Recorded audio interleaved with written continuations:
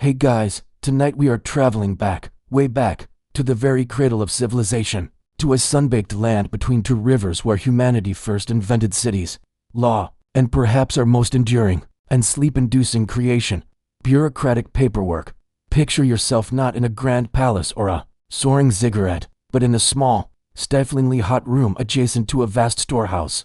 The air is thick with the smell of damp clay and the faint, acrid scent of burning oil from a simple lamp. Your fingers, not for the last time in history, are stained. You are a scribe in the city of Uruk, in ancient summer, circa 3200 BCE, and you are about to participate in a moment of stunning, mundane genius. You are making a list. This isn't a grocery list or a list of wishes. This is a record of transaction, an account of goods owed and delivered, the foundational block upon which empires will be built, and upon which you, my friend, will now drift off to sleep. The reality check here is simple. Without this system, this early form of data storage, society as we know it collapses into chaotic, unverified hearsay. You'd be bartering your goat for a promise, not a guaranteed bushel of grain. You probably wouldn't survive that level of economic uncertainty for long. So, before you get comfortable, take a moment to like the video and subscribe, but only if you genuinely enjoy what I do here. And if you're feeling chatty, drop a comment below with your location and your local time. It's always fascinating to see where, in the world, this little community is tuning in from. Now, dim the lights, maybe turn on a fan for that soft background hum, and let's ease into tonight's journey together. Your tool is a stylus, made of reed, sharpened to a fine point. Your canvas is a lump of wet, gray clay, cool and malleable from the riverbank. The transaction you are recording is almost comically simple. A man named Erlama has delivered 48 jars of lard, a precious commodity, to the temple storehouses. Your job is to make it official. You press the tip of your stylus into the clay, not writing letters, but making impressions. This is cuneiform, the world's first writing system, born not from poetry or epic tales, but from accounting. Each mark is a word, a number, a concept. You indent the clay with a circular sign for jar, a wavy impression for lard, and a series of wedge-shaped marks for the number 48. Then, with another sign, you denote the recipient, the temple of the goddess Inanna. This is it, the very first invoice. The world's oldest surviving piece of paperwork isn't a treaty or a love letter. It's a receipt for fermented, congealed animal fat. Historians still argue whether writing was a single invention that spread like wildfire or emerged independently in a few key places. But the sheer volume of these economic tablets in Mesopotamia suggests the engine of its creation was commerce pure and simple. You smooth the edges of the tablet, your movements rhythmic, almost hypnotic, the repetitive pressing, the slight resistance of the clay, the focus required to ensure each sign is clear and unambiguous. It's a form of meditation, a meditation on lard. Once finished, you place the tablet in a shaded area to dry, later to be baked hard in the sun or a kiln, making the record permanent. This tiny, unassuming object is more powerful than any sword in this era. It represents a contract that transcends memory. It is a truth that can be checked, a fact that can be referenced years later when someone questions what happened to those 48 jars. It is the beginning of trust in a system larger than any one individual's word, and it creates a new class of people like you, the literate, the record keepers, the administrators. You are the human hardware on which the software of civilization first boots up. And here as a quirky tidbit to carry you into the next section, many of these early scribal exercises and practice tablets weren't just thrown away. They were used as filler, as ancient packing peanuts, to level the foundations of new buildings. So, entire sections of Mesopotamian cities are literally built upon the rubble of administrative errors and beginner scribes' clumsy attempts at drawing the perfect jar sign. Think about that the next time you see a modern office building. It, too, probably sits atop a foundation of forgotten memos and outdated spreadsheets. The more things change, the more the foundational paperwork remains the same. Your eyes grow heavy, focusing on the drying clay, on the precise impressions you've made. The first gentle step into a vast, deep, and wonderfully dull history. The rhythm of your stylus in summer gives way to a new sensation, the persistent, fine grit of sand and the heavy, humid air of the Nile. You are no longer in a cramped room, but seated on a low stool in the open courtyard of a vast administrative complex in Thebes. The Egyptian sun warming the back of your neck. Before you is not clay, but a smoother, more forgiving surface, papyrus. This is the plant that will change everything. A tall reed harvested from the marshes, its pith sliced into strips, crosshatched, pressed, and pounded into a sheet that is surprisingly durable. In your hand is a reed brush, and you dip it into a small dish of water, then onto a cake of black ink. The transition from impressing clay to flowing script feels monumental. A shift from punching data to painting it. Your task, however, is just as monotonous. You are auditing the grain tax records for the village of Persecum, and the sheer volume of it is enough to make even the most dedicated scribe's eyes glaze over. The mainstream historical fact here is the absolute centrality of the Nile's inundation to this entire process. The entire Egyptian calendar, and thus its tax year, was divided into 3 seasons: Akhet inundation, Purit growing, and Shamu harvest. Your entire existence as a bureaucrat is tied to the river's mood. You are meticulously comparing 2 rolls of papyrus. One is the forecast, the expected yield from the village's fields based on the height of the Nile's flood that year, a number determined by priests reading the millimeters carved into the river's rocks. The other is the actual delivery, recorded by scribes at the granary. Your job is to find the discrepancies. A farmer short by 3 sacks of emmer wheat here, a village official claiming a larger plot size there. Each anomaly requires a note, a query, a note that will spawn more paperwork, sending a messenger on a days-long journey for clarification. This is the lifeblood of the pharaoh's power. The grain in these state granaries feeds the army, pays the laborers building the tombs in the Valley of the Kings, and serves as a buffer against famine. A single decimal point error in your calculation could, in theory, mean a worker's family goes hungry. The weight is immense, yet the action is infinitesimally small.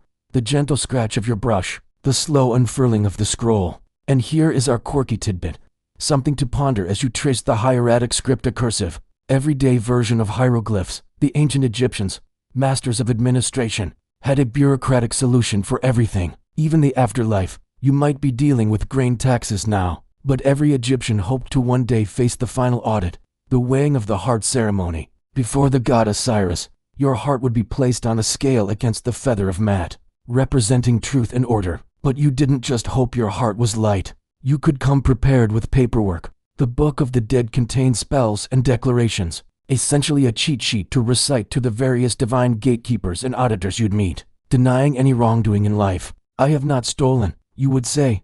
I have not added to the weight of the balance, a phrase that would have a very literal meaning for a tax scribe. Imagine that, trying to bypass celestial judgment with the correct form, filled out in triplicate. Historians still argue whether this immense bureaucracy was a well-oiled machine of terrifying efficiency or a chaotic, sclerotic mess prone to corruption and error. The truth, as always, likely lays somewhere in between.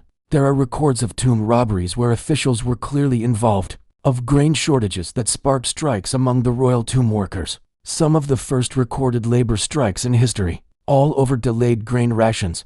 The system was human, and therefore flawed, but it persisted, it grew, and it created a world where a man's worth, his tax obligation, his very existence was defined by the marks on a papyrus scroll. The hypnotic repetition of your task, the columns of figures, the scent of ink and papyrus, lulls you into a state of focused calm. You are a tiny, vital cog in a machine that stretches the length of the Nile, a machine powered by paperwork. The gentle rustle of the scroll as you roll it closed is the only sound, a soft shushing noise that signals the end of this shift, pulling you deeper into the past, and deeper into rest. The dry heat of Egypt fades, replaced by the damp, salty air of the Aegean Sea. The papyrus scroll is gone from your hands, and you find yourself clutching a different kind of tablet. This one is also clay, but it's thinner, palm-sized, and already hardened. In your other hand, you hold a sharp, pointed stylus. You are no longer a scribe of the Nile, but a palace bureaucrat in the mighty citadel of Pylos,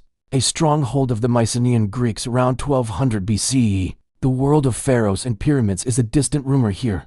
Your world is one of olive oil, chariots, and a mysterious script known as Linear B. The mainstream historical fact anchoring you here is that this entire script, and the vast administrative system it supported, was completely forgotten after the collapse of the Bronze Age world. It wasn't until the 1950s that a brilliant architect named Michael Ventris deciphered it, revealing the inner workings of a palace economy obsessed with inventory. You are, right now, part of a system whose memory was wiped clean for over 3 millennia. Your current task is an inventory of perfumed oil. It sounds luxurious, but the reality is crushingly dull. The oil, scented with rose, sage, and cypress, is a major economic product, stored in vast jars called amphorae. Your job is to count them, record their quality, and note their destination. Some are for religious offerings to Poseidon, some are for trade with the Minoans on Crete, and a few are even designated as rations for the palace's textile workers. Each entry must be precise. You incise the clay with swift, sure strokes.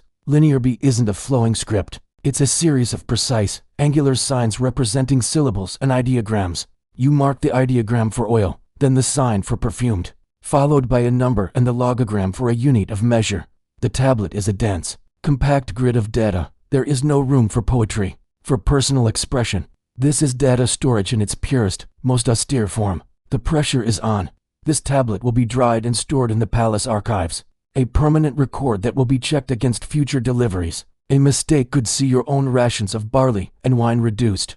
And now for the quirky, almost absurd tidbit that makes this all so wonderfully human. Among the thousands of Linear B tablets recovered, one stands out for its sheer bureaucratic pedantry. It is a record from the palace at Knossos on Crete, and it concerns a single pair of wheels. Not a chariot, just the wheels. The scribe felt the need to officially document, for the palace records, the existence of one set of wheels.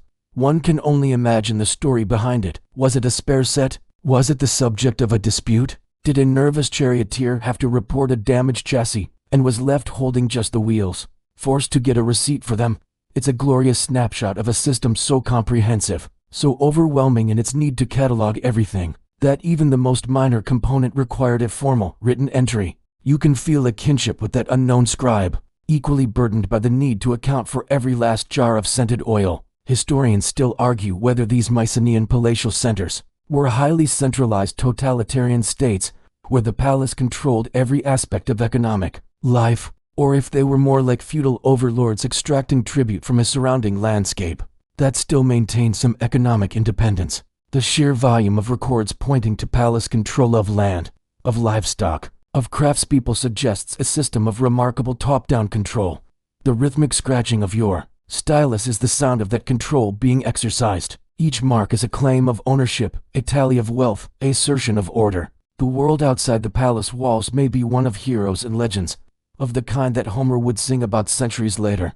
But in here, it is all about the lists. The repetitive motion of inscribing, the focus on small, precise marks, begins to blur the world around you. The sounds of the palace, the distant clang of a smith, the lowing of cattle in the courtyard fade into a gentle hum, a background noise to the primary task of record keeping, a lullaby of logistics that pulls you deeper down into the past and into a profound sense of calm. The feel of cool, damp clay vanishes from your fingertips, replaced by the smooth, worn handle of a fine rabbit hair brush. The salty Aegean air is gone, supplanted by the distinct scent of inkstone and rice paper, a dry, scholarly smell that hangs in the still air of a vast, open-walled pavilion. You are in the capital during China's Han Dynasty, around 100 BCE, and the scale of administration you are now part of makes the Mycenaeans look like disorganized amateurs. This is a bureaucracy that has been systemized, professionalized, and scaled to manage an empire of tens of millions.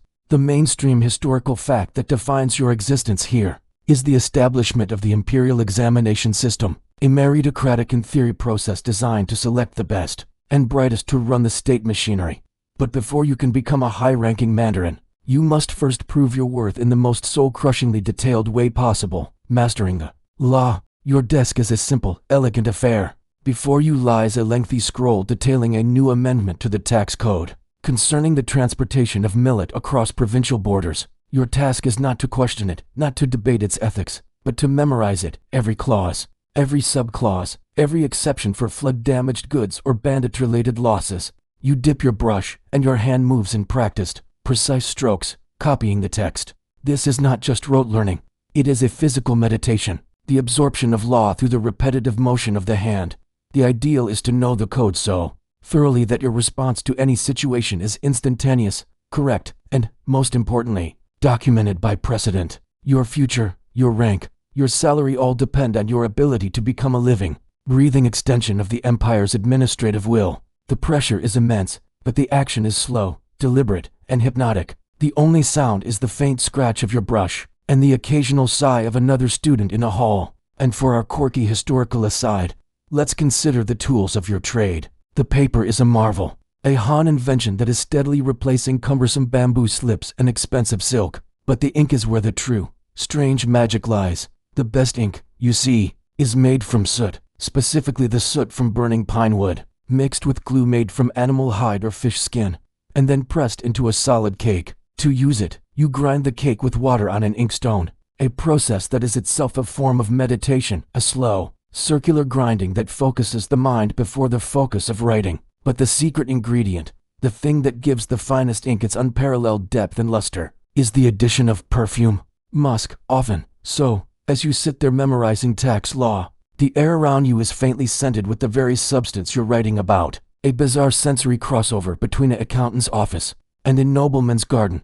It's a small, surreal detail in an otherwise rigidly formal environment. Historians still argue whether the imperial examination system was truly a meritocracy, or merely a mechanism for the existing elite to repackage and maintain their power under a different name. Sure, a brilliant peasant could theoretically sit the exams, but could he afford the decades of tutelage, the books, the time not spent farming? The system was designed to create uniformity of thought, to produce administrators who would uphold the Confucian order and the emperor's decrees without question. This immense, sprawling empire is held together not just by armies, but by a shared language of administration, a common understanding of procedure that you are now etching into your very being. The rhythmic motion of the brush, the slow unfurling of the scroll, the faint, musky scent of the ink, it all blends into a single, soporific experience. You are not just learning law, you are becoming part of the system, a cog in the greatest bureaucratic machine the ancient world had ever seen. And the weight of that knowledge is as heavy as it is sleep-inducing. The faint, perfumed musk of Han ink evaporates, replaced by the smell of beeswax and the faint, metallic tang of a bronze stylus. The smooth paper scroll is gone. In your hands now is a wooden tablet, its center hollowed out and filled with a layer of dark wax. You are no longer in a serene Chinese pavilion, but in a bustling, noisy office just off the Forum in Rome, circa 100 CE. The air is thick with the smell of ink, sweat, and the distant aroma of bread from the public ovens. This is the engine room of the Roman Empire, and your tool is the stylus, an instrument for writing that is also a weapon for erasing. The mainstream historical fact that defines this entire process is the Roman road network. Those famous, arrow-straight highways weren't just for legions. They were the information superhighways of their day, and they demanded an administrative system to manage the constant flow of people, goods, and, most importantly, paperwork that traveled upon them. Your current task feels endless. You are compiling a report on the grain supply for the urban prefect's office. It involves cross-referencing manifests from Ostia, the port city, with warehouse inventories inside Rome, and then reconciling those figures with the distribution records for the Annona, the state-sponsored grain dole that keeps the city's massive population from rioting. The information comes to you on a dozen different wax tablets, each one a messenger's dispatch from a different point in the chain. You read the figures, your eyes scanning the tiny marks pressed into the wax, and then you transfer the crucial numbers to a master sheet of papyrus, a more permanent record. The beauty and the curse of the wax tablet is its reusability. A quick pass with the flat end of your stylus smooths the wax, erasing the old message to make way for the new. It is the perfect medium for transient data, for messages that matter only in the moment, but it creates a nagging sense of impermanence, a feeling that you are constantly chasing facts that are about to be wiped away, like writing on the surface of a river. And here is the wonderfully quirky, human detail from the heart of the empire. We have records, preserved by chance in the volcanic mud of Pompeii and the waterlogged forts of Vindolanda in Britain, of what Romans actually wrote about, and it's breathtakingly familiar. There are shopping lists, there are party invitations, a soldier writes home to his family asking for more socks. But the best are the complaints. There is a tablet from a Roman soldier stationed in Britain, writing to a supplier. He is not complaining about barbarian attacks or the dreadful weather. He is furious about the state of the bacon he has been sent. He writes a formal, bureaucratic complaint about the quality of the bacon, listing its deficiencies in minute detail. He is engaging the vast administrative might of Rome over a bad shipment of pork. It's a glorious reminder that beneath the togas and the triumphal arches, they were just people, and people will always use the system to kvetch about the most mundane things. Historians still argue whether the Roman bureaucracy was a model of efficient, standardized administration that held the empire together for centuries, or a bloated, corrupt, and sclerotic mess that ultimately contributed to its downfall. The truth, as always, is probably both. The system could be incredibly efficient. The cursus publicus, the imperial courier service, could get a message from Britain to Rome in a matter of weeks, a staggering speed for the ancient world. But it was also prone to incredible corruption. Officials were known to demand bribes for the most basic services, and the tax collection system was famously rapacious. You feel this duality in your work. The satisfaction of creating order from chaos, of making the numbers add up, is constantly undermined by the whispered stories of a quester in a nearby province, getting rich by skimming a percentage off the very grain shipments you are trying to count.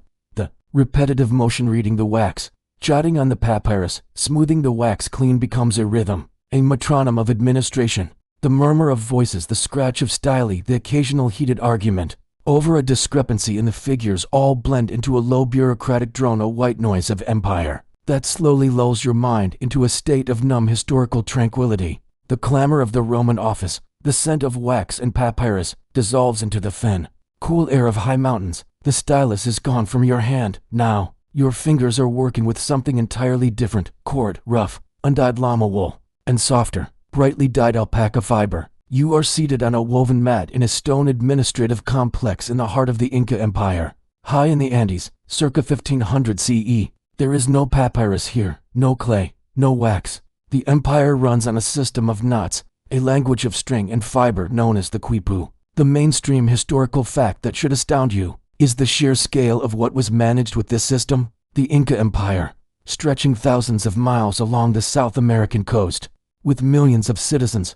complex infrastructure, and a vast redistributive economy, was administered without a written script. Everything: taxes, census data, military organization, astronomical calendars, and storehouse inventories was encoded in these knotted strings. Your task is to update a census quipu for a valley recently incorporated into the empire. A runner has just arrived from the lowlands with a smaller, travel-worn quipu, the record of a local census. You must now integrate this data into the master quipu for the region. You are a quipukamaic, a keeper of the knots, and your knowledge is specialized, passed down through apprenticeship. You run your fingers along the main primary cord, a thick rope from which dozens of pendant cords hang. The position of the knot on the cord, the type of knot, a figure eight, a long knot with multiple turns, and the color of the cord itself all hold specific meanings. A yellow cord might represent gold, a brown one potatoes. A knot tied in the tens position is a different number than one in the hundreds. Your fingers do the seeing, reading the numerical and categorical data through touch as much as sight. It is a silent, tactile, and deeply meditative form of data processing. And now, for the quirky, fascinating tidbit that makes this so intriguing. While we know the quipu was brilliant for accounting, the Spanish conquistadors even noted with frustration that the Inca's numerical records were often more accurate than their own. There is a tantalizing theory. Some scholars, looking at quipus that don't fit neat numerical patterns, believe that some of these knot collections might have been narrative. They might have been used to record stories, poems, or histories. Think of it, an epic poem, not written on a page, but tied into a cascade of colored strings, a love story told in knots. It's a beautiful, almost haunting idea that the same system used to count sacks of maize could also, perhaps, hold the secret to lost Inca literature, a library of stories that we can feel but cannot read. It turns the entire concept of paperwork from something cold and analytical into something potentially artistic and deeply human. Historians still argue whether the quipu system was a fully fledged writing system in its own right, capable of conveying complex narrative and abstract thought as well as numerical data, or if it was a sophisticated but ultimately limited mnemonic device, a memory aid that required a trained interpreter who already knew the story to decipher it. The truth was likely lost when the Spanish, in their campaign to destroy the Inca religion and power structure, systematically sought out and burned quipus, seeing them as idols or tools of devilry. They unknowingly burned the archives of an empire. As you sit, tying knots, your movements are slow and precise, the repetitive motion of looping the cord, pulling the knot tight, checking its position. It's like weaving data into existence. The only sound is the soft whisper of fiber against fiber, a gentle, shushing sound that seems to count everything in the empire, from the highest peak to the lowest grain in the storehouse. It's a rhythm that pulls you deeper into a state of quiet focus, a world where information is felt, not read, a tactile lullaby from a lost world. The soft, tactile whisper of the quipu chords fades into a profound, echoing silence, broken only by the soft, rhythmic scratch of a quill and the occasional faint, shuddering breath. The thin, cold air of the Andes is replaced by a damp, pervasive chill that seeps from stone walls. The light is different here, not the bright sun of a mountain peak, but the flickering, orange glow of a single tallow candle, its smoke leaving a greasy scent hanging in the still air. You are in the scriptorium of a medieval Benedictine monastery somewhere in Francia, circa 800 CE. The vast, not-based empire is a distant rumor. Your world is now confined to this small pool of light, your universe bounded by the parchment on your writing desk. The mainstream historical fact that defines your existence is the rule of Saint Benedict, which divided the monastic day into periods of prayer, manual labor, and intellectual workora et labora, and it is this last duty that now occupies you.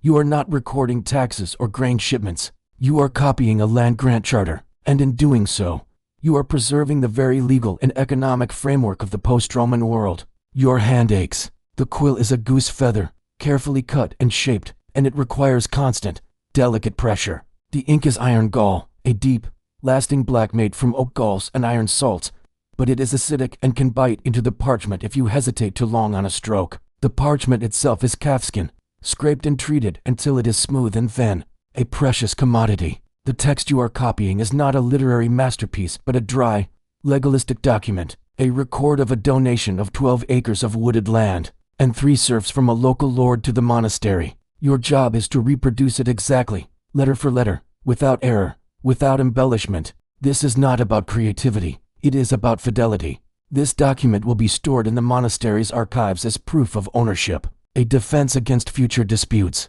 The weight of this responsibility is immense, yet the action is minute. The painstaking formation of each minuscule letter in the precise Carolingian script. And here is our wonderfully human, quirky detour into the margins of history. While your primary task is deadly serious, the monastic scribes were not immune to boredom or frustration. If you know where to look, in the margins of these incredibly serious texts, you find their personalities bleeding through, alongside the perfectly copied charters and theological works. Scribes would sometimes doodle. They drew little monsters in the margins. They wrote complaints. One famous example, in the corner of a particularly dense theological text, has a scribe writing in Latin, "Oh, my hand is tired." Another wrote, "I am very cold." Another, perhaps after a particularly long day, lamented, "The ink is thin, the parchment is hairy, and the day is dark." It's a sudden, startling glimpse of a real person, across 1,000 years, sharing your exact same mundane complaint. They were cold, their hands hurt, and they were sick of their job. It's the most relatable thing in the world.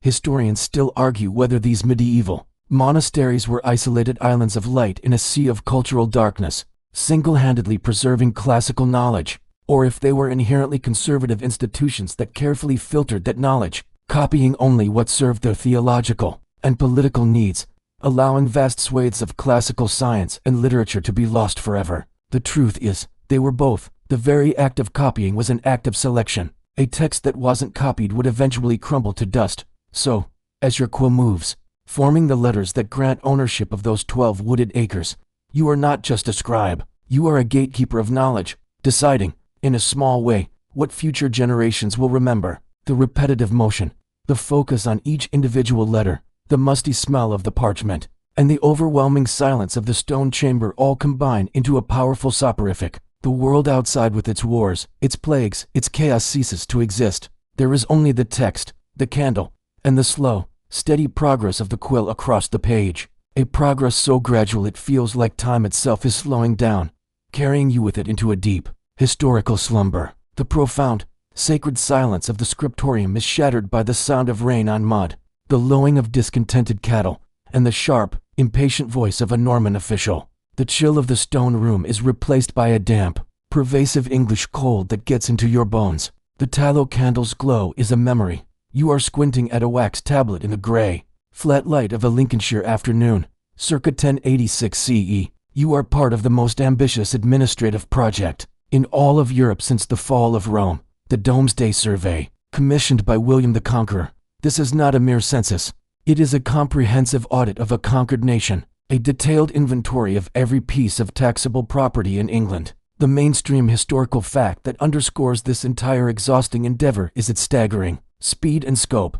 The information for this massive undertaking was collected and compiled in less than a year, a logistical nightmare that speaks to the terrifying efficiency of Norman rule and the sheer coercive power of a king who had just seized a kingdom by force. You are part of a royal commission, a team of clerks following in the wake of the king's soldiers. Your job is to sit in the local 100 court and listen, one by one. The local landowners, the surviving Anglo-Saxon thens, and the newly installed Norman barons are brought forward to swear an oath and answer a brutally specific set of questions. What is the name of this manor?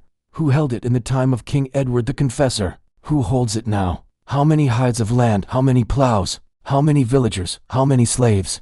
How many mills? How many meadows? How many woods? How many pigs? The questions are relentless, a financial inquisition. You record the answers on your wax tablet, your hand cramping as you try to keep up. This is bureaucracy as a weapon of conquest, a way of quantifying exactly what William now owned and who was now beholden to him for it. The reality check is stark.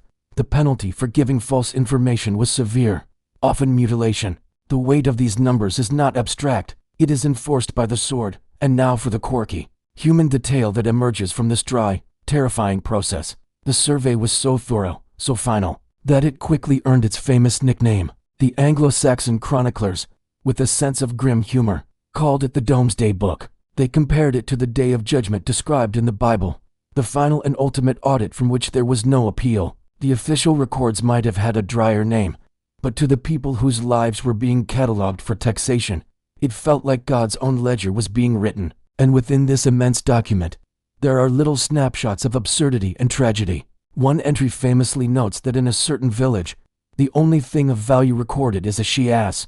That's it.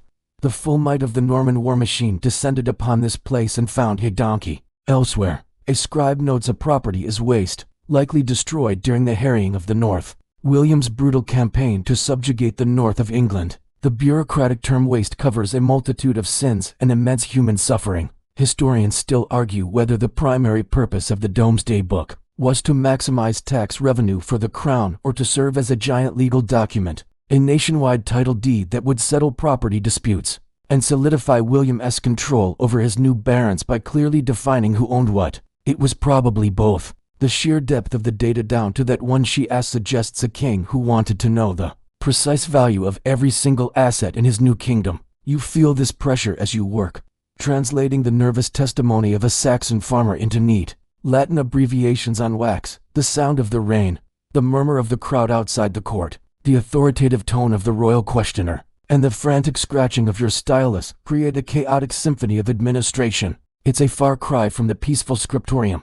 This is paperwork born of violence and ambition, a cold, calculating inventory of a conquered land. The repetitive nature of the questions manor after manor, hide after hide, pig after pig becomes a numbing litany, a drone of data collection that, despite the high stakes, is monotonous enough to slowly lull your mind into a state of exhausted compliance, pulling you deeper into the damp, detailed world of Norman record keeping. The damp chill of Norman England recedes, washed away by the warm, humid breath of the Adriatic. The smell of rain-soaked earth is replaced by a potent cocktail of salt water, tar, rotting wood, and the distinct, acrid tang of ink. The wax tablet is gone.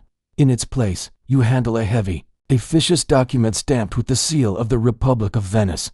You are seated at a high desk in a bustling, sun-drenched office overlooking the Bacino di San Marco, circa 1550 CE. The sounds are a cacophony of shouted orders, creaking ropes, and lapping water. This is the maritime empire of La Serenissima, and its power is built not just on ships and trade, but on the relentless, meticulous paperwork that governs every single voyage. The mainstream historical fact that defines your world is the Venetian arsenal, the largest industrial complex in Europe before the Industrial Revolution, which could produce a fully fitted merchant galley in a single day. That speed demanded a bureaucracy of equal efficiency and ruthlessness. Your current task is processing a patent, a sailing permit, for a round ship named the Fortuna, bound for Alexandria with a cargo of timber, glassware, and woolens. But this is not a simple permission slip. It is a multi-page contract, a manifest, an insurance document, and a set of legal regulations all in one. You must cross-reference the captain's listed crew against the city's rolls of certified sailors. ensuring no wanted men or rival agents are aboard. You check the cargo manifest against the guild reports of exported goods, looking for discrepancies that might suggest smuggling. You verify the ship's stated destination against its declared cargo. A ship full of timber heading somewhere timberrich would raise immediate suspicion. Every digit, every name, every item is a potential point of fraud, and the Republic's wealth depends on you catching it. The pressure is immense, but the action is a familiar rhythm. Dip the quill, check the list, make a notation. The fate of vast fortunes rests on your attention to the smallest detail. And now, for a wonderfully Venetian piece of bureaucratic absurdity. The Republic was so obsessed with control and secrecy that it developed an entire culture of espionage and coded communication.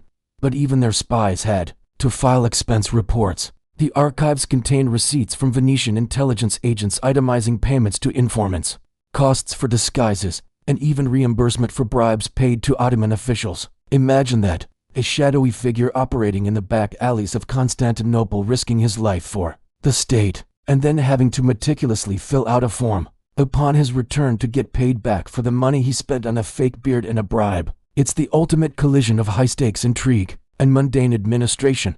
Even betrayal had to be properly documented and filed in triplicate. Historians still argue whether the Venetian Republic's legendary stability and longevity were a product of its sophisticated, merit-based civil service where talented individuals could rise regardless of birth, or if it was ultimately a rigid oligarchy where a handful of powerful families manipulated the complex systems of government to maintain their own power. Behind a facade of Republican virtue, the truth is likely an uncomfortable mix.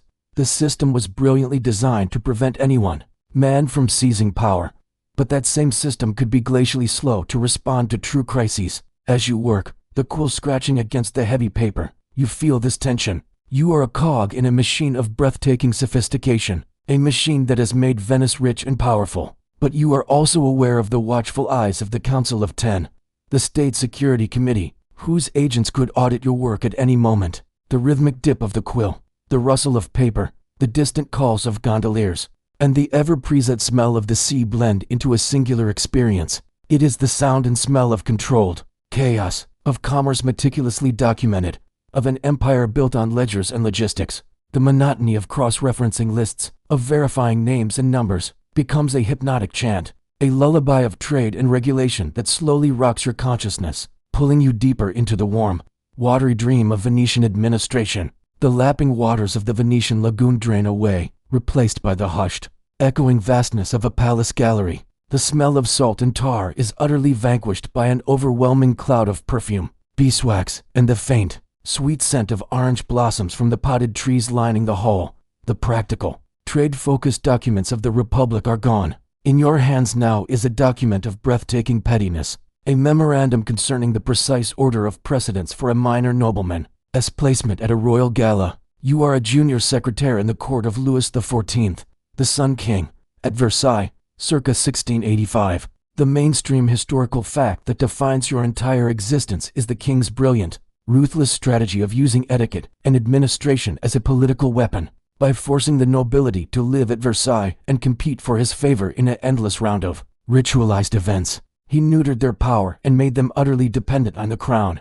And you, with your quill and your ledger, are a vital part of that engine of control. Your desk is a small, elegant piece of furniture tucked into an alcove off the Hall of Mirrors. The document you are drafting is one link in an endless chain of paperwork that governs life at court. It is not about law or taxes.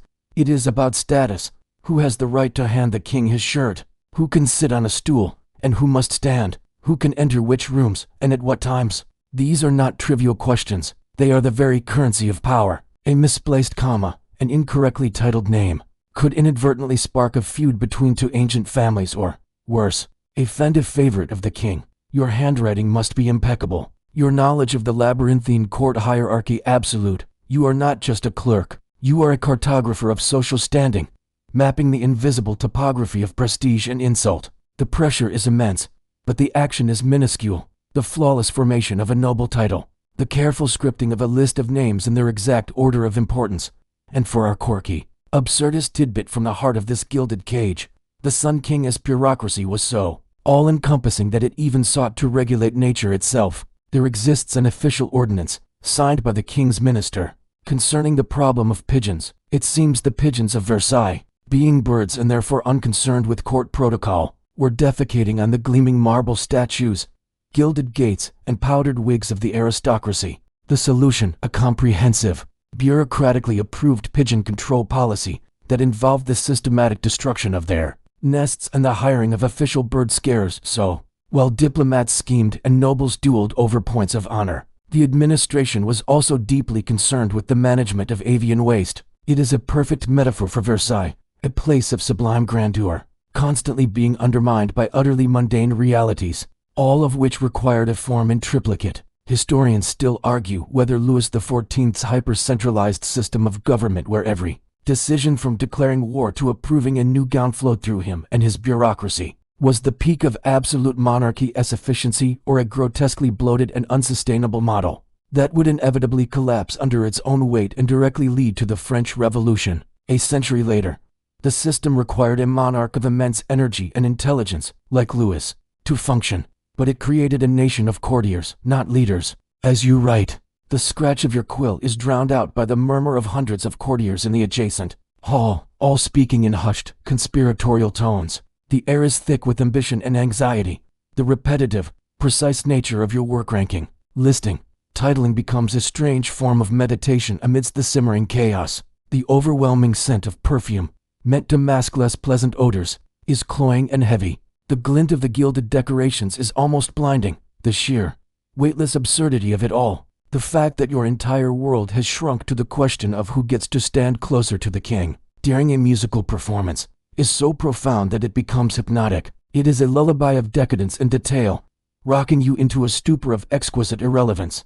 The cloying perfume and gilded opulence of Versailles are violently ripped away, replaced by a thick, grimy haze that catches in your throat. The scent is no longer of flowers and beeswax, but of coal smoke, hot metal, and the faint, sour smell of unwashed humanity. The hushed whispers of courtiers are drowned out by a deafening, rhythmic cacophony, the pounding of steam hammers, the shriek of metal on metal, the hiss of pistons. You are in the office of a textile mill in Manchester, England, circa 1840. The Sun King's world of status and precedence is a distant fantasy. Your world now runs on the brutal, unyielding logic of the clock and the ledger. The mainstream historical fact that defines this new era is the steam engine, but its power is useless without a system to manage it. You are that system. You are the administrator of the Industrial Revolution, and your tools are a steel nib pen, cheap paper, and a mountain of forms. Your desk is a simple, sturdy thing, placed on a mezzanine overlooking the factory floor, so you can see the source of the numbers you endlessly process. The document before you is a weekly wages sheet. It is a grid of names, hours, and rates. Your hand flies across the page, a frantic, ink-stained dance of calculation. You are computing the pay for hundreds of workers, men, women, children, based on the hours clocked by the factory's new mechanical timekeeper. A child who dozed off at their loom and was caught by the overseer has a halfpenny deducted. A man who repaired a broken drive belt gets a small bonus. Every second of productivity, every moment of downtime, is quantified, categorized, and monetized. This is bureaucracy stripped of all pretense and grandeur. It is raw, economic calculus. The reality check is harsh. A mistake in your addition could mean a family goes hungry, or the mill owner loses a fraction of his profit. There is no room for error, and for a quirky, deeply strange tidbit from the heart of the industrial beast, the factory owners. These new titans of industry were often obsessed with morality as much as efficiency. Their paperwork didn't just govern work, it sought to govern lives. Many mills kept conduct ledgers alongside their wage books. In these, overseers would note not just lateness, but levity, impudence, or moral turpitude observed among the workers. Your pay could be docked for laughing too loudly, for talking back, or for attending the wrong church. Some factory owners even built entire model villages for their workers, like Robert Owen's New Lanark, which were essentially beautifully designed prisons of virtue, where your housing, shopping, and leisure were all administrated by the company. It was a level of bureaucratic intrusion into private life that would make even Louis XIV's courtiers blush. The industrialists weren't just managing a workforce, they were attempting to engineer a new, perfect, and perfectly controlled type of human. Historians still argue whether the Industrial Revolution, and the immense bureaucratic apparatus that grew with it, ultimately raised the standard of living for the average person, or merely created new forms of exploitation and urban poverty that were even more dehumanizing than rural serfdom. The debate rages. Wages did eventually rise, and consumer goods became cheaper. But the early decades, the ones you are living through, were often brutal, with long hours, dangerous conditions, and the constant, oppressive oversight of the ledger. The sound of the machinery is a constant, physical vibration that you feel through your feet and in your teeth. The rhythmic thump-thump-thump of the steam engine becomes the metronome for your pen strokes. The flickering gaslight above your desk casts shaky shadows, making the columns of numbers swim before your tired eyes. The relentless, repetitive nature of the task name, hours, pay, name, hours, pay is hypnotic in its sheer monotony. It is a lullaby of industry, a drone of data entry that matches the drone of the machines, pulling you down into an exhausted stupor. Numbed by the sheer scale of the transformation, you are helping to document one ink-stained line at a time. The relentless grinding cacophony of the mill fades not into silence, but into a new kind of noise. A low constant murmur of concentrated thought, punctuated by the soft rhythmic click of abacus beads and the scratch of 100 pens. The smell of coal smoke and sweat is replaced by the oppressive, dusty odor of paper reams and reams of paper and the sharp, chemical scent of cheap ink. You are no longer in a factory, but in a vast, sterile hall lit by flickering gas mantles.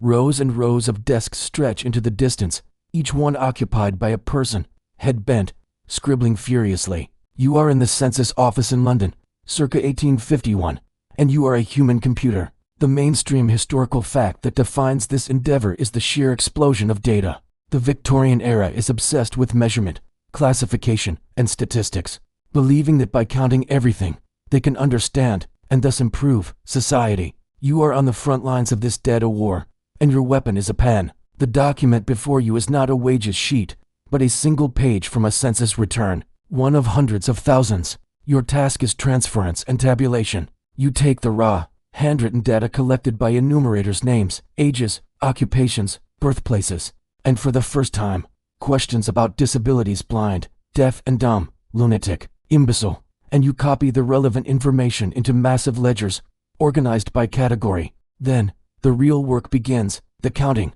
You add columns of numbers for hours on end, your mind narrowing to a single, repetitive function. Addition. The goal is to produce tidy, authoritative tables that reduce the chaotic complexity of millions of human lives into clean, comparable statistics. The weight of this abstraction is immense. You are quantifying the entire nation, but the humanity behind the numbers has been completely erased on your desk. You are not processing people. You are processing data points. And here is the wonderfully peculiar, Victorian twist. In the midst of this massive effort to categorize human existence, the census officials ran into a problem they couldn't quite solve. How to classify the supernatural. Specifically, what was the official, statistical status of a ghost? There are records of correspondence between puzzled local officials and the Central Census Office, debating whether a person who listed their occupation as ghost or medium should be counted under service or if a new category needed to be created. Some argued it fell under entertainment. Others felt it was a form of delusion that should be noted in the lunatic column. It was a moment where the rigid, rational, number-crunching Victorian worldview collided with the era's equally powerful fascination with the occult and the unseen, and the bureaucracy simply didn't have a box to put it in. The idea of a government clerk trying to decide which statistical column best captures the profession of talking to the dead is a sublime piece of historical absurdity. Historians still argue whether this Victorian mania for data collection was a genuine, if flawed, effort at social reform, providing the evidence needed to argue for public health reforms, education acts, and sanitation projects, or if it was primarily a tool of social control, a way for the state to categorize, monitor, and manage its population with unprecedented precision. The truth is, it was undoubtedly both. The same data that could be used to argue for a new sewer system could also be used to track the movements of undesirable elements or to reinforce class and racial hierarchies with scientific data. As you work, your hand moving automatically, transferring weaver or egg, lab or pauper into its correct column. You feel like a tiny part of a massive engine of knowledge. The sound of the room is a symphony of subdued productivity, a hum of mental exertion. The flicker of the gaslights makes the numbers on the page seem to shift and dance. The repetitive motion, the endless columns, the slow, steady accumulation of sums, it becomes a trance-like state. You are no longer a person, you are a function, A cog in a machine that is counting a nation to sleep. The dry rustle of paper, the whisper of the pen, the click of the abacus. These are the sounds of a new kind of industry, the industry of information, and its rhythm is steady, monotonous, and irresistibly sleep-inducing. The low, collective murmur of the census hall and the click of abacus beads are abruptly erased by a new, sharper, more mechanical sound, a rapid, percussive click-clack-clack-chi-ding. The dusty smell of ledgers is now cut with the scent of machine oil and the faint, acrid aroma of carbon paper. The vast, open room is still there, but the desks are different, bearing heavy, black machines. You are in a typing pool in a New York insurance firm, circa 1910. The era of the human computer is giving way to the age of the machine-aided clerk. The mainstream historical fact that defines this shift is the mass production and adoption of the typewriter, a device that standardized communication, sped up paperwork to previously unimaginable speeds, and, perhaps most significantly, opened up vast new fields of employment for women. You are not a computer, you are a typist, and your world is measured in words per minute. Your fingers rest on the home row of a Remington No to typewriter. Your task is to transcribe a dictated letter from a claims adjuster, a dry, legalistic document concerning a fire in a Jersey City warehouse. The adjuster's voice is a distant mumble from a speaking tube. Your focus is absolute. The machine demands it. There is no backspace key. Errors are corrected with a flimsy, pink eraser that abrades the cheap paper, or, in a true catastrophe, with white, paint-like liquid paper that must be dabbed on and allowed to dry. Your efficiency is everything. Your speed and accuracy are timed, measured, and directly tied to your pay. The rhythmic dance of your fingers strike the key. The type bar flies up, imprints the letter, and falls back as a physical meditation. The bell that signals the end of a line and the sweep of the carriage return lever provide a satisfying, mechanical punctuation to the flow of text. You are not just writing, you are operating a machine that produces text, and you are a part of its mechanism. And now, for a wonderfully quirky tidbit from the early days of mechanized paperwork. The first typewriters, in a bizarre quirk of history, were originally marketed and sold primarily to preachers and authors. The manufacturers thought it would be a tool for creating sermons and novels. They completely missed the real revolution, business. It was the CEOs, the managers, the captains of industry who saw its true potential for generating memos, reports, and letters at an industrial scale. Even funnier, the earliest models typed only in capital letters, making every document look like it was being shouted onto the page. The shift key was a later, civilizing innovation. Imagine an entire office's correspondence looking like an endless, furious telegram. It must have been exhausting to read. The transition from elegant, flowing penmanship to the uniform, impersonal block text of the typewriter was a cultural shock, a shift from the personal to the corporate that we are still living with today. Historians still argue whether the typewriter and the creation of the typing pool was a liberating force for women, providing a respectable and independent career path outside the home, or if it simply created a new, pink-collar ghetto of low-paid, dead-end jobs that were undervalued precisely because they were dominated by women. The truth is, it was likely both. It was a foot in the door of the corporate world, but it often led no further than the typing pool. The sound of the room is no longer a human hum, but a mechanical symphony, a discordant orchestra of dozens of typewriters, each with its own rhythm and pace, all playing the same tune of business.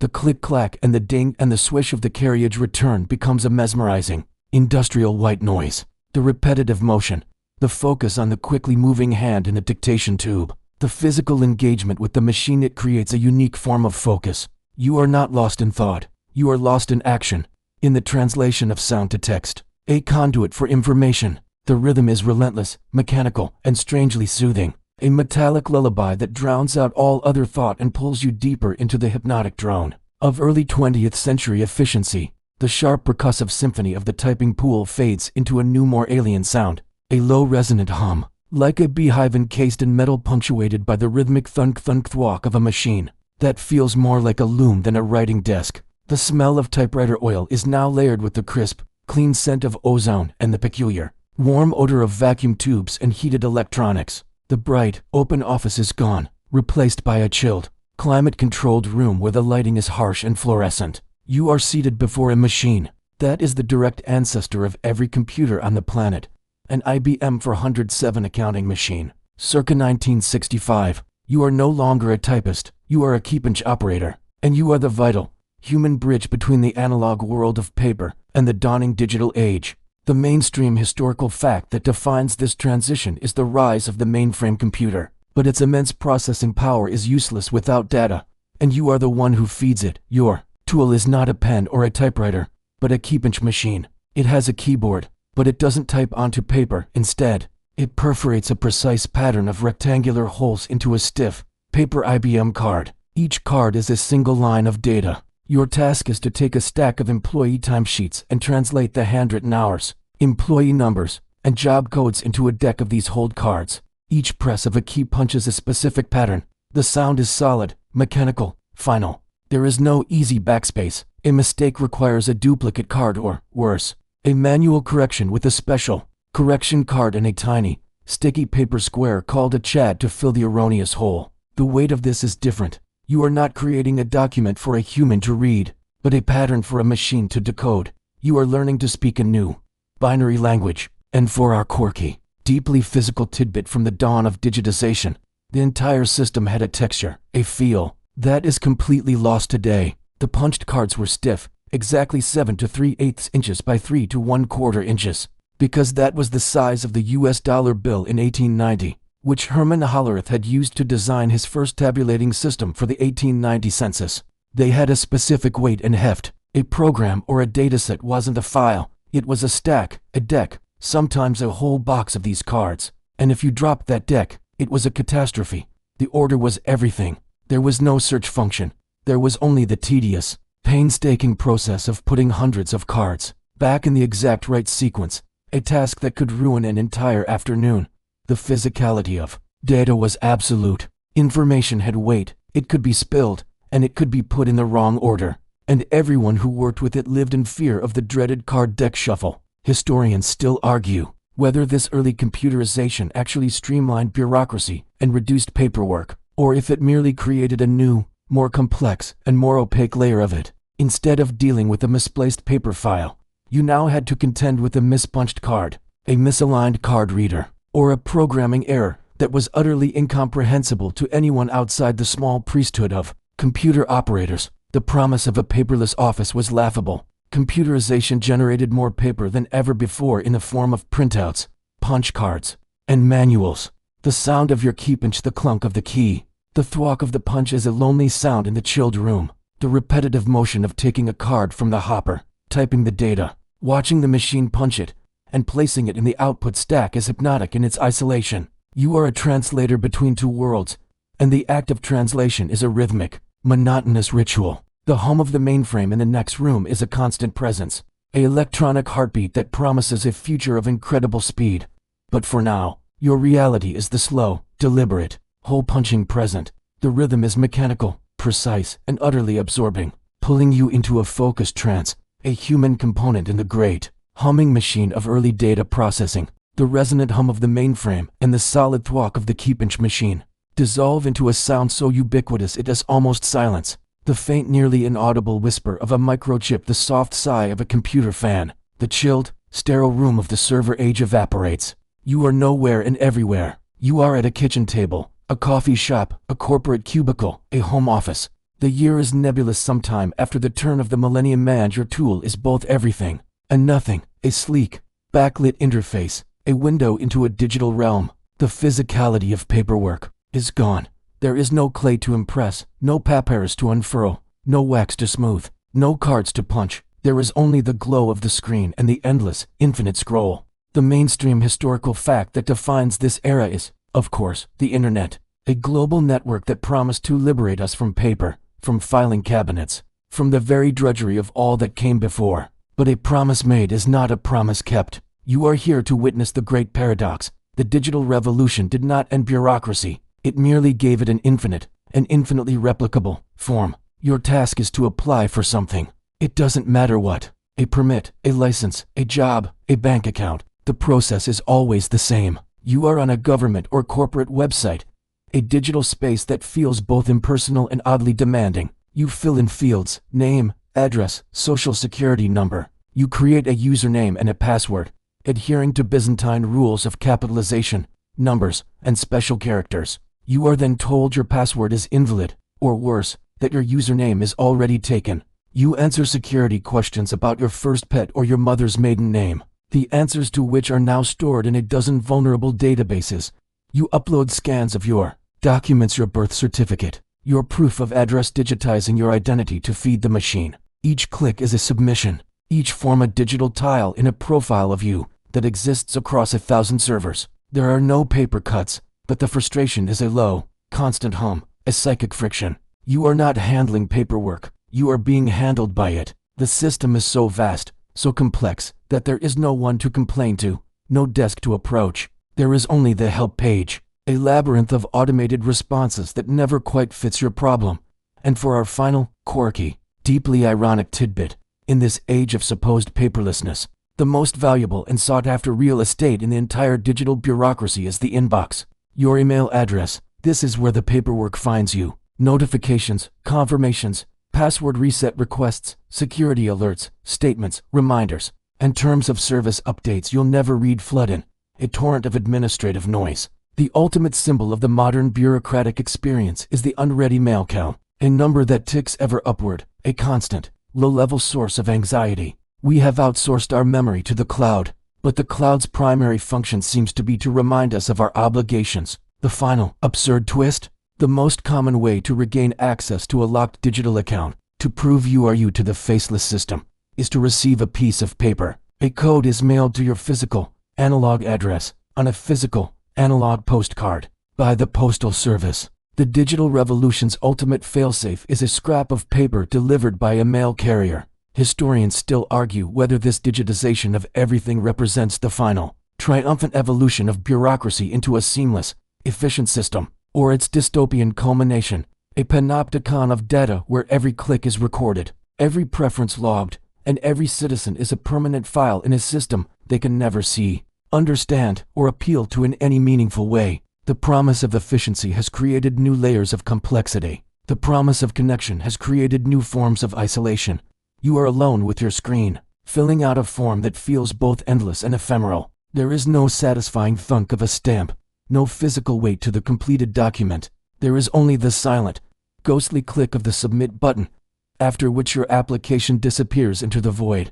A digital message in a bottle cast into a sea of algorithms, awaiting a response that may never come. The glow of the screen is the only light now, the gentle tap of the keyboard the only sound. The endless, scrolling fields of data demand your attention even as they numb your mind. A perfect, paralyzing paradox. The history of paperwork, from Sumerian clay to silicon chip, has led to this. You, in a quiet room, illuminated by a rectangle of light, performing the same ancient ritual of data entry, forever. The glow of the screen begins to soften now, its edges blurring, its light fading from a demanding glare to a gentle, ambient haze. The countless forms, the infinite scroll, the digital demands, they all begin to recede, pulling back like a tide going out, leaving behind only the quiet shore of your own mind. All those clerks, from Summer to Silicon Valley, they were all just trying to create order, to make sense of a chaotic world, to count the jars, to record the grain, to track the data. It was never about the paperwork itself.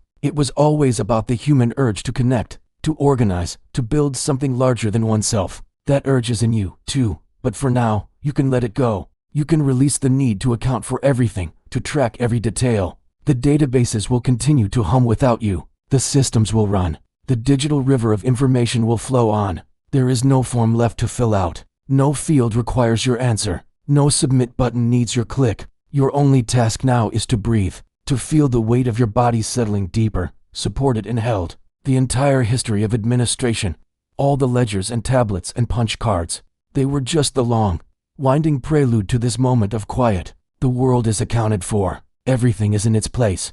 All is recorded. All is known. And so, you are free. Free to drift away from the numbers and the lists, away from the screens and the files, into a softer, quieter space where nothing needs to be filed or organized or processed. There is only peace.